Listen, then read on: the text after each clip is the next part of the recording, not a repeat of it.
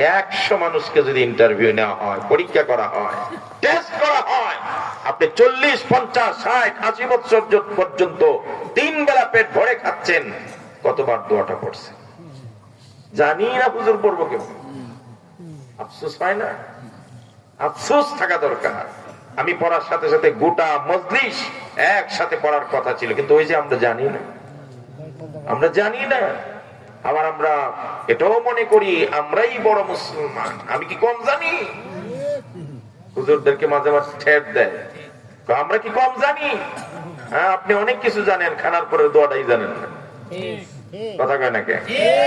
হুজুরে বলেন আমরা কি কম জানি? এই জন্য কবি বলেছেন, হাম মুসলিম হ্যায় মগর হাম মে মুসলমানি নিহি, হাম মুসলিম হ্যায় মগর हम में मुसलमानी नहीं, दिल में ईमान है मगर दिन पर अमल नहीं, रह गई रुस्म आज़म के रूह बिलाली न रही, फलसफा रह गई तलकीन गजाली न रही। আমরা মুসলমান, কিন্তু আমাদের মধ্যে মুসলমানিত্ব নাই। কথা বলে ঠিক কিনা? আমরা শুধু মুসলমান ওই সময় যখন গরু খাওয়ার প্রয়োজন হয়। একজন হিন্দু সে মুসলমান না এটা প্রমাণ করে আমি মুসলমান না তাই গরু খাই না। আরেকজন মুসলমান মুসলমানিত্ব প্রমাণ করে কেমনে কয় আমি গরু খাই। তাহলে আমরা মুসলমান, গরু খাওয়া মুসলমান। আমার বাবা ছিল মুসলমান, মা মুসলমান, অটো মুসলমান হয়ে বের হয়েছি। এই জন্য মুসলমানিত্বের কদর আমাদের কাছে নাই। কথা বলে ঠিক কিনা?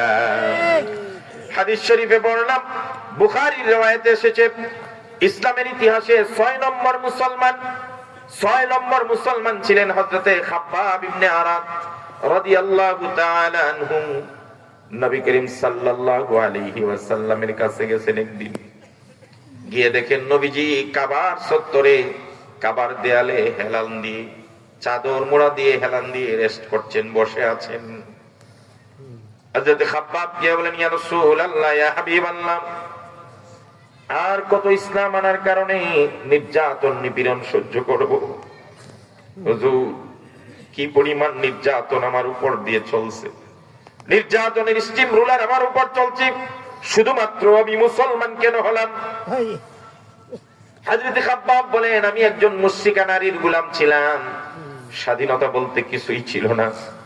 যেদিন আমি বিশ্বনবী মুহাম্মদ সাল্লাল্লাহু আলাইহি ওয়াসাল্লামের জবানে তাওহীদের দাওয়াত পেলাম,